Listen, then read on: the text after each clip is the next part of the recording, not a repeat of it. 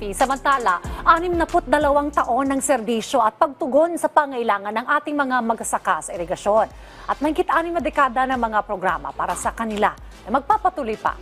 Ito po ang binigyang pagkilala sa 67th o 62nd anniversary ng National Irrigation Administration na ginanap nito lamang. Ang mga detalye niyan, panoorin po natin dito.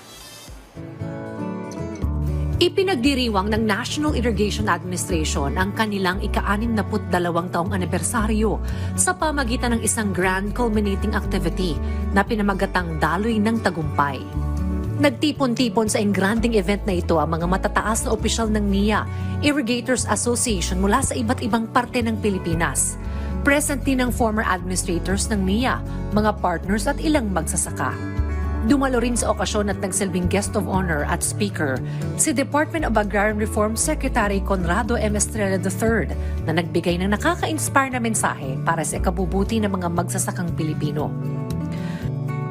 Itong partnership ng DAR at NIA, lalo mo natin itong pag-ibayugin sapagkat mas marami tayong matutulungan na magsasaka. Sa araw ding iyon ay isinagawang awarding ceremony upang mabigyan ng pagkilala mga National Level Outstanding Irrigators Association performers, Most Outstanding IA awardees, at binigyan rin ng pagkilala mga Best Performing Officers at Employees ng kagawaran.